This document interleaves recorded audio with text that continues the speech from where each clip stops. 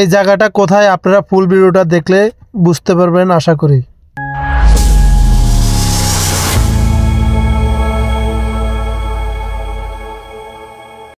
বিসমিল্লাহির রহমানির রহিম। আসসালামু আলাইকুম। আশা করি আপনারা সবাই ভালো আছেন। আপনাদের দোয়া ভালোবাসায় আমি লাল সবুজ পরিবহন চালক পেমাস রিপন অনেক ভালো আছি। তো আজকে আমি নোয়াখালী থেকে আসার পথে দুইজনের খাবার নিয়ে আসছি। তো জানি না আজকে এই দুইটা প্যাকেট কার ভাগ্যে আছে। তো আপনারা অবশ্যই ভিডিওটা দেখবেন। আপনার ভিডিওটা দেখলে আমার একটা আর্নিং হয়। এই আর্নিং হলে আমি সবাইকে এরকম ধরনের ভিডিও উপহার দিতে পারি এবং আপনাদের মাঝে সব সময় মানুষকে খাবার দিয়ে ভিডিও দিতে পারি। তো আমি অলরেডি চলে আসছি বিপ্লব শহরের আগে। এই যে আমি নোয়াখালীর থেকে বাইরে গেলাম, এখন আমি কুমিল্লার ভিতরে আছি। তো আজকে অনেক ভিউটা সুন্দর, আমার থেকে খুব ভালো লাগতেছে। আজকে আমি দেখব বিপ্লব শহরের পরে ওই লোকটা আছে কি না।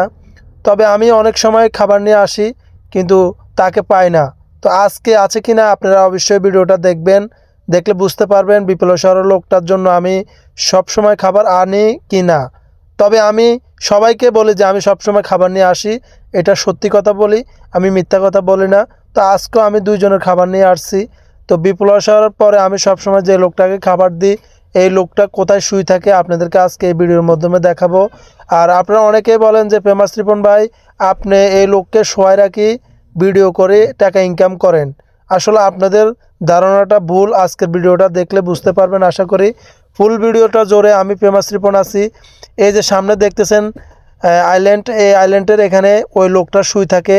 তো আজকে উনি আসে নাই, আমি খাবার নিয়ে আসছি কিন্তু উনি আসে নাই। আমার কাছে খুব খারাপ লাগতেছে বিষয়টা যে আজকে উনি আসে নাই। কী জন্য আমি সবসময় তো খাবার নিয়ে আসি, উনি জানে। তো আজকে আসে নাই। তো খাবারটা নিয়ে আমি চলে আসছি দাউদকান্দি আসি, দেখতেছি একজন মহিলা আমার গাড়িটা দেখে এত স্পিডে হাঁটিয়ে আসতেছে যে এই গাড়িটা তো সবসময় খাবার দেয় একটা লোককে বলতেছে।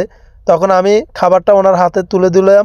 তুলে দেওয়ার পরে উনি ফানি চাইছে, আমার কাছে ফানিও দিলাম। তারপরে ফানিটা পেয়ে খাবারটা পেয়ে আমাকে দোয়া করে দিতেছে। এটা দেখে আরেকটা লোক দূর থেকে দেখলো, দেখার পরে আমার কাছে আবার ছুটে চলে আসলো ওই লোকটাও। তো আমি ওনাকেও একটা খাবার দিলাম আর ওনাকে একটা পানির বোতল দিলাম। ওনার কিডনির সমস্যা, উনি আমাকে বলতেছে আজকে খাবারটা দেওয়ার জন্য ভাইয়া আপনাকে অসংখ্য ধন্যবাদ, আপনার জন্য দোয়া রইল, দেখে শুনে গাড়ি চালাবেন।